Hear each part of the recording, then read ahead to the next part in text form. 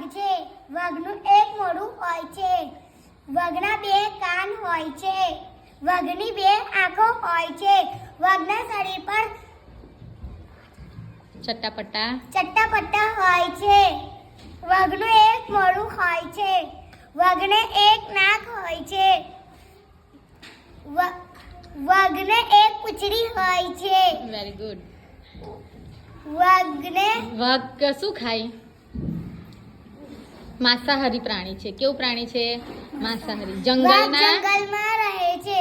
હા, જંગલમાં નાના મોટા પ્રાણી હોય તેમને મારીને ખાય, તેમનો શિકાર કરે છે. એટલે વાઘ કેવું પ્રાણી કહેવાય? જંગલી પ્રાણી કે પાલતુ પ્રાણી? જંગલી. આપણા ઘેરે પાડીએ તો શું થાય? આપણને ખાઈ જાય. આપણને ખાઈ જાય? સાચી વાત છે, આપણને બધાને ખાઈ જાય, આખા ને આખા. તમને વાઘ ગમે છે? વાઘ ક્યાં રહે છે? જંગલમાં. અને તમે જોયો છે વાઘને? ક્યાં જોયો છે?